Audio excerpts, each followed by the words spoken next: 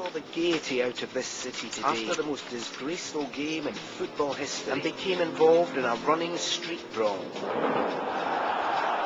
and all's done as though he'd been full legs. They were intimidating the wrong crowd because we were intimidated all our life. Oh, look at that! That was the football. That was just, you know, it's total hooliganism.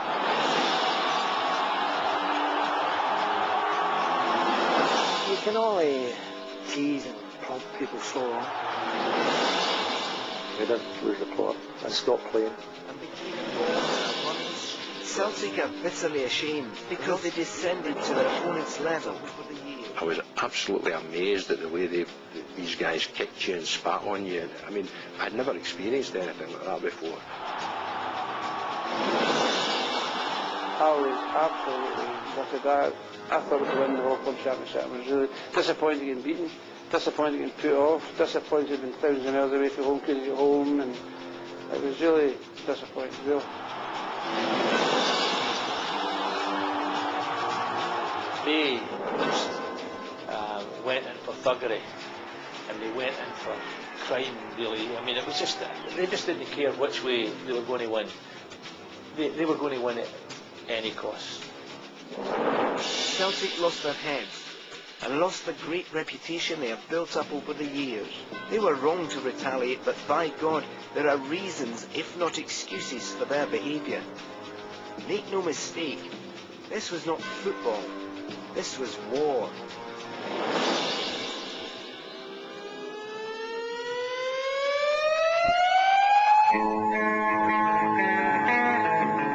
May 1967, and the East End of Glasgow revels in the international football spotlight. Celtic are the first British club and the first non-Latin team to become European champions. Jock Stein's entertaining mix of controlled aggression, attacking flair, and Glasgow gallousness has taken on and beaten the best at home and abroad. Our dressing was always a great dressing room to be in. Players loved each other, we got on well, training was always great, so it was a great place to go and train and work. People, that's your work, I suppose. It was a great place to be. He did foster the idea that playing for Celtic was something that was important. He didn't need to do it an awful lot because the team believed that anyway. Everybody thought, we're invincible. We're sitting in the top of the world. He's going to knock us off. In the remarkable year that's seen the first ever clean sweep of domestic trophies, there's still one more mountain to climb. Now the champions of Europe must challenge the cream of South America for the title of undisputed World Club champions. For a group of players born within a 25-mile radius of Celtic Park, it's a journey into the unknown. We knew we were animals because, you know, Alf Ramsey called them that the year before. Apart from that, didn't know anything at all because in those days there was no television coverage of South American football.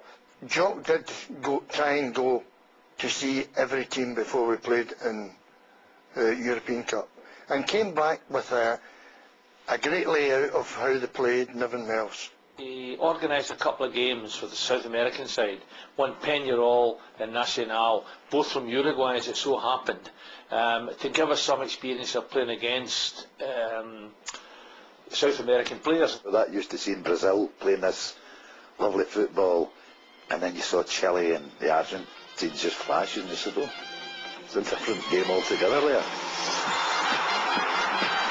Celtic's opponents are record breakers in their own right. Winning their 6th Primera title in Argentina, Racing Club lose only one match in 38. Typically, the celebrations in the barrio of Avellaneda are long and noisy. Armed police are on hand in case the enthusiasm turns into a riot. But as Celtic are soon to find out, most of the violence in Argentinian football takes place on the pitch. Round 1 of the World Club Championship draws more than 100,000 to Hampden Park on a cold autumn night. It sets the tone for what's to follow.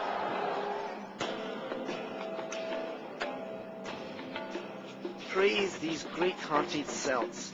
They're halfway to their starry aim of becoming world champions, and they deserved their victory. Deserved it because they never stopped fighting, never stopped making great moves, never gave in against a defence that was the most rugged anyone in Scotland has ever seen. Martin, the captain.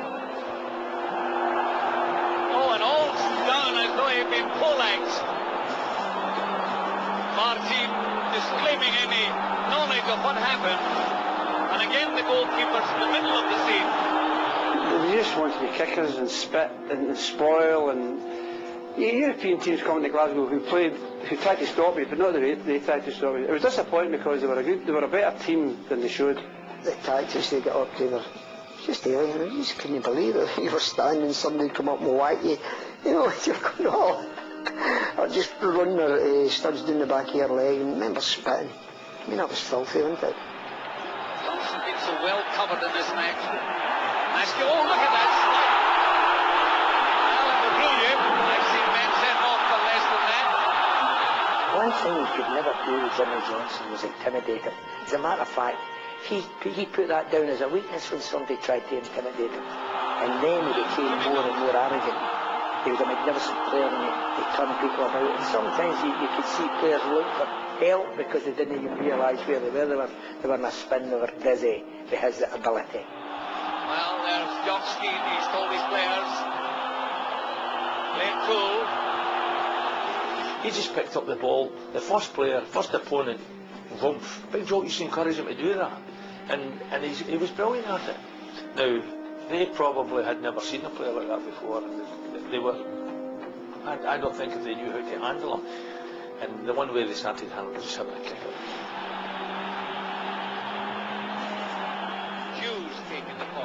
Just as he's done throughout the European Cup run, Celtic's inspirational skipper leads by example. McNeil has scored after 22 minutes. Obviously they had appreciated that I could maybe put the ball in the net at that end from corner kicks and from free kicks and things. And it was a tussle with him, and I got away from him. And when I got away from him, I scored the goal. Brilliant. I don't know what he said to the Racing Club defender. It was very difficult. What they tried to do all the time was just break up the game. So when we got the opportunity, I had to let them know that I was delighted with it. Racing went to Hampden to treat Scottish fans to glorious football fancies.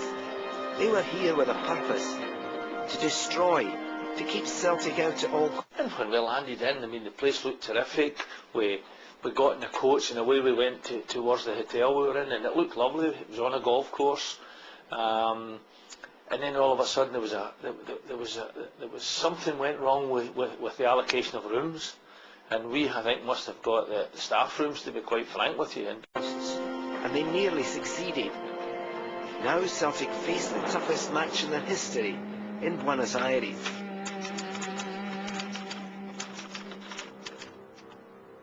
At time up, we went in the dressing room. I mean, we were high because we knew we were going over there to play. But at that time, Sir Robert Kelly, I don't think he was too keen to go over there and play when he seen the treatment that we got in Scotland at Hampden. I think that we were wanting to say, hey, Keys, after that game, I think you're going to South America. We were waiting and FIFA just saying, no, you don't need to go. I thought we could beat anybody. I was really confident the guys that played around about us were good defenders, good midfield players, and guys that could score goals. I thought we could go there and win the game, not come back with World Club Championship. I met a priest on the plane who didn't speak any English and was Portuguese, and I didn't speak any Portuguese, so we conversed in kind of pidgin French, and he told me that with Racing Club we had a chance. If it had been Boca Juniors, there would have been no point in getting on a plane because their fans would just have stopped the game if they were getting beaten. And when we landed in, I mean, the place looked terrific. We got in a coach and away we went towards the hotel we were in, and it looked lovely. It was on a golf course. And then all of a sudden there was something went wrong with the allocation of rooms, and we, I think, must have got the staff rooms, to be quite frank with you, and Big Jock went mental. I mean, remember, it was like Berlin's. We're all going to be looking for each other. But he goes to the girl and he says, listen, I've got to tell you that there's been a few stories that they're going to be putting some kind of kind of thing with women going about the hotel and maybe in your rooms and that, you know. So just watch yourself. That was another tactic, wasn't it? The boys were never at the rooms, waiting on us happening. There was never any welcome shown. In the sense, when we went down to the ground for training, it was very Spartan. There was nothing. There was no cups of tea laid on. There was no pots. You know, there was nothing done to make it a sort of friendship game. Tension is high before kick-off, and Ronnie Simpson is an early casualty. Scotland's Player of the Year felled by a missile during the warm-up. I don't think anybody saw what happened, because we went on and the game was almost ready to start. And as I said, I was looking for a ball with the commotion. And as Bobby's pulled me out, I'm getting dragged off the bench. And I'm going onto the field and I'm saying, where am I going? And Ronnie's walking by. I don't know if it was nearly a Bob Rooney, holding the back of his head. And I looked and I just looked up at this big stick. What am I doing here? That was a real blow, because that put an apprehension in every one of us. Make no mistake about it, that was something that was serious. None of us had ever seen anything like that in our lives before. To this day, I believe there was one of the photographers, because there's no way that someone could throw a coin from the ground. There was a huge mesh thing behind the net and get it through that mesh and just over the bar to hit him, you know, with such force. I remember looking and what's wrong with him? And he had about 6 inches, a scar at the back of his head, and the blood was running out of him. Curiously enough, many years after the game, Ronnie told me that he was perfectly okay to carry on. That was me. On you go. Let's see. I went, oh God's sake. And I must have stood in the penalty spot all game. I was afraid to go back. Bar for corner kicks are taking a goal kick, and the atmosphere behind that goal was horrendous. You know, they're just baying for blood. He was sitting below some Argentinian supporters up there, a racing club supporters up there, and they were urinating all over everything. So we weren't expecting anything.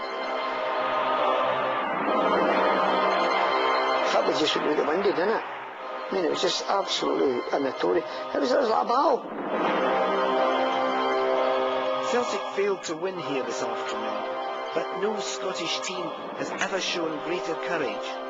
This experience showed what big hearts, what skill the European champions can call with. I always thought we had a good chance, because, you know, we felt our ability was as good as theirs, and we felt we had the players that could create things. What we hadn't really paid enough attention to, really thought enough about, was the refereeing was absolutely incredible. I mean, you talk about home referees, and it does happen where a referee does favour one team a bit against the other, but never anything like this referee in Buenos Aires. Yet it all starts so well for the Celts. After 22 minutes, Jimmy Johnston, as brave as a lion, tempts the goalkeeper into a rash challenge. Tommy Gemmell sinks the spot kick.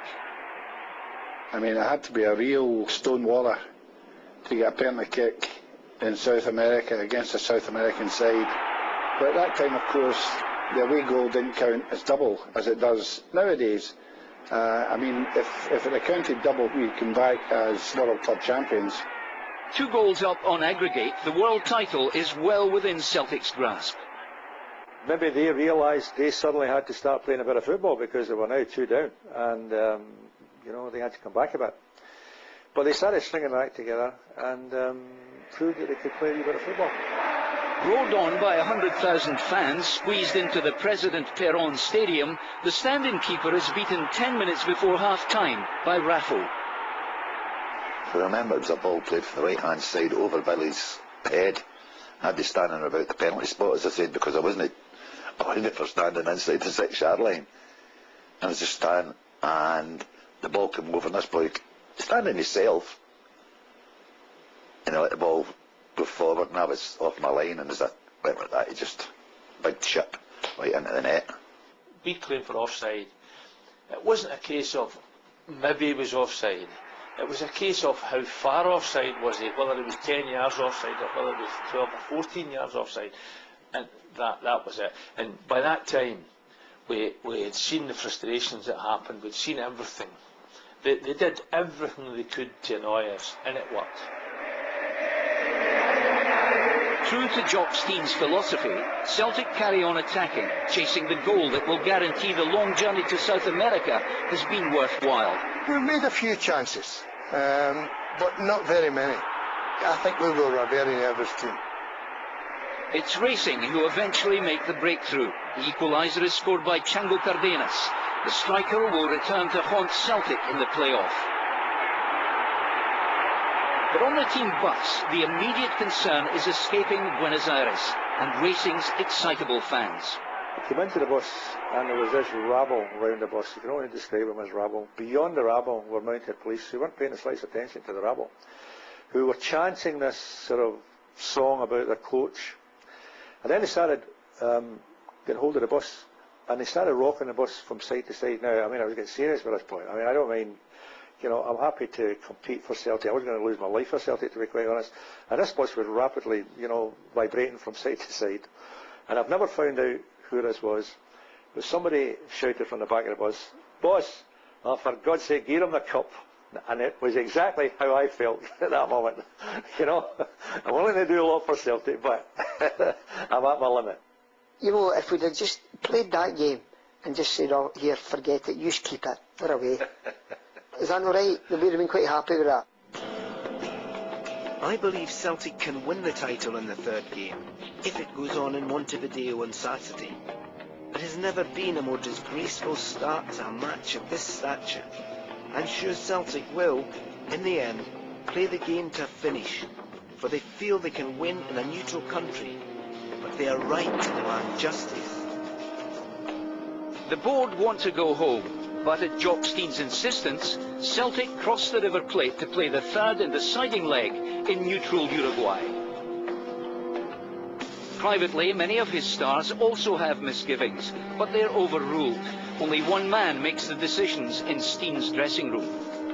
Behind the scenes, the board, I don't think were all that fussy about playing a third game because they were more concerned about maybe the players overreacting a second time. There was a bit of us, there was a few, you know, retaliated, and it wouldn't take a genius to work out in the third game they were only going to get worse again. The manager was wanting to play. I think the chairman wasn't. I'm not 100% sure, but as a player and in our group, we were wanting to play them. We thought we could beat them.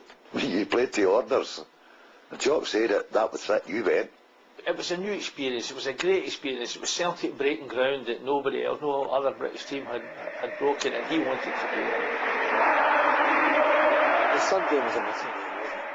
There was so much going on, police on the field, people fighting.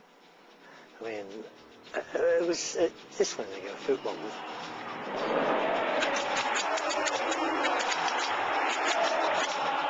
Before kick-off, Celtic lose the public relations battle. They parade a Uruguayan flag around the pitch to a fairly lukewarm reception. Unaware that the Argentinians, out first, have been flying an even bigger flag. It's the first defeat of the parade a Uruguayan flag around the pitch to a fairly lukewarm reception. Unaware that the Argentinians, out first, have been flying an even bigger flag. It's the first defeat of the day, but not the last. In the 3 games of the so-called World Championship, we haven't seen 10 minutes of football. It's over. Celtic have lost the tie, and they have disgraced themselves in Scottish football. There can be no excuses. Celtic came down to Racing's level and engaged in a running street brawl with their vicious opponents. First to be sent off is the most unlikely candidate, Bobby Lennox.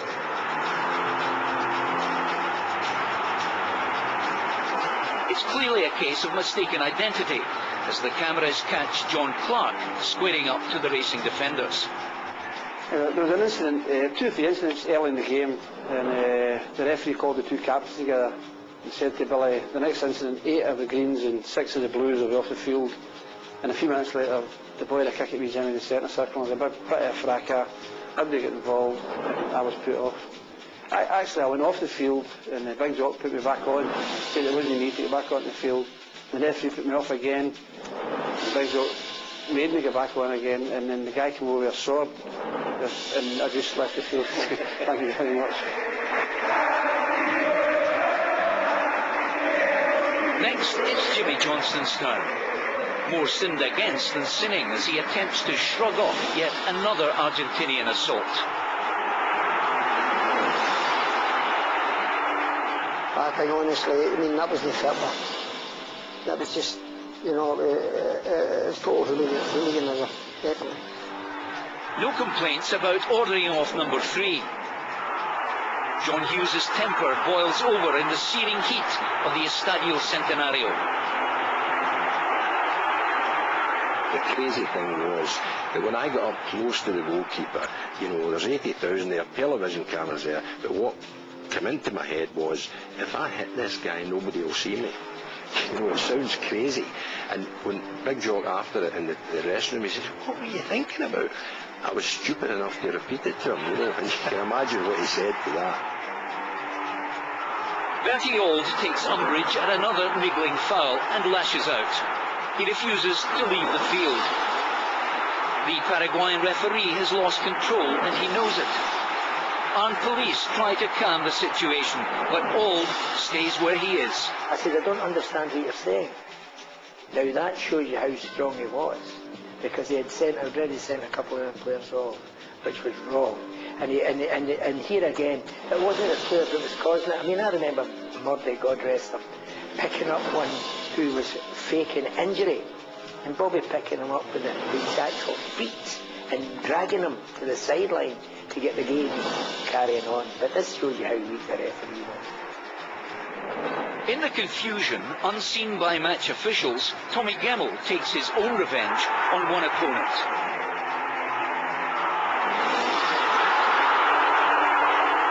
I think his name was Ayala, I'm not too sure, but I think it was Ayala. And he came right across the defence and spat in every one of our faces. Now, I mean, you don't mind somebody kicking you, but for someone to spit in your face, I mean, that's not allowed. And I said, well, I'm afraid I'm going to have you. So I hit him one almighty kick in the goalies, and what a scream he let out. I put his family jewels up his back for a hump. Somewhere in the mayhem that's the second half, Racing score what proves to be the winner.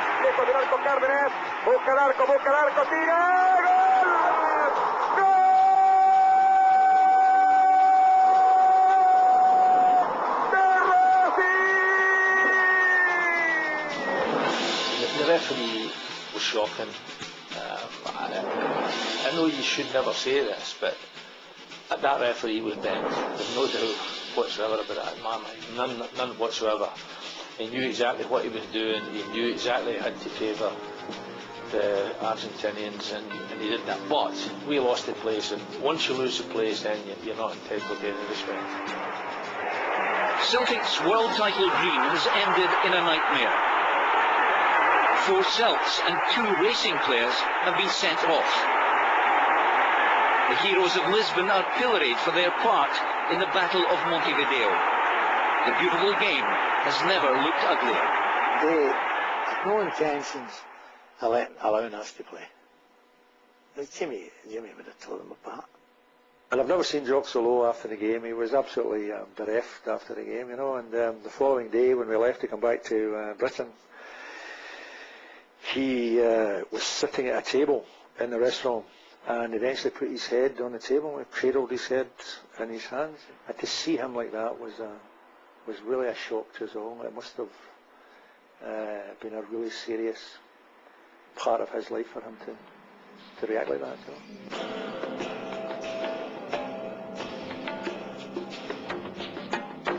If this is World Championship football, it should be banned right now. I have never been so ashamed of this great game of ours as I am now. And I am sad Celtic also became soccer thugs, but not surprised. So, What happens now? What happens hurts the Celtic players more than any Argentinian boot or elbow. Chairman Bob Kelly is so ashamed he imposes unprecedented fines of £250 a man. At the time, the European champions are earning £30 a week. We were not very happy about it. I must confess, in one case, I asked to see the chairman. He would like to see the chairman. And he asked me what I was going to speak. I said, the fine, you know.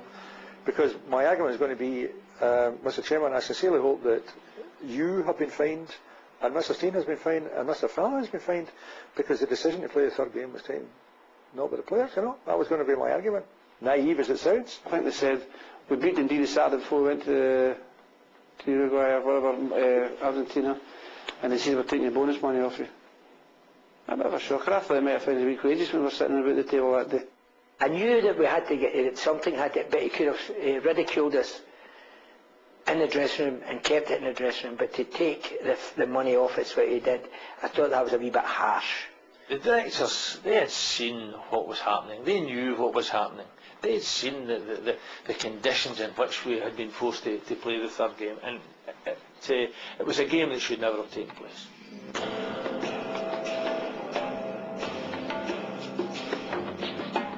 Racing are the most professionally dirty team I have ever seen. Sinisterly cold and calculating in their fouling. And what angered me more than anything else was Celtic players exchanging shirts at the end with these prancing, arrogant caballeros. Yes, I am bitter. This was not football. This was war. People talk to me about the Argentinians and all that. I said, I fought the Argentinians before the Falklands. And they just laughed at you and said, where was that? I said, the Battle of the Battle of Montevideo.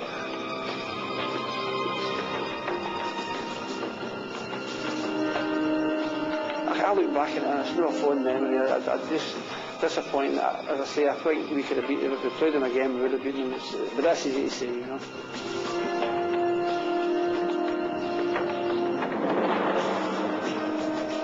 I'd love to have the medal. And I think we were good enough to win it, given the opportunity. But we were never given the opportunity to play.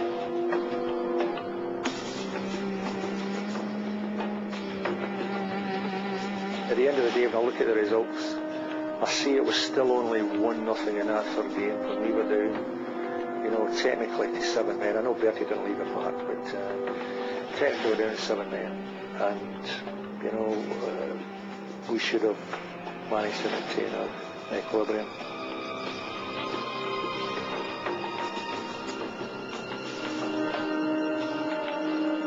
Under the modern rules, the away goals count double. We would have gone home with that trophy, and probably that would have been better for us, because the third game was just an absolute disaster.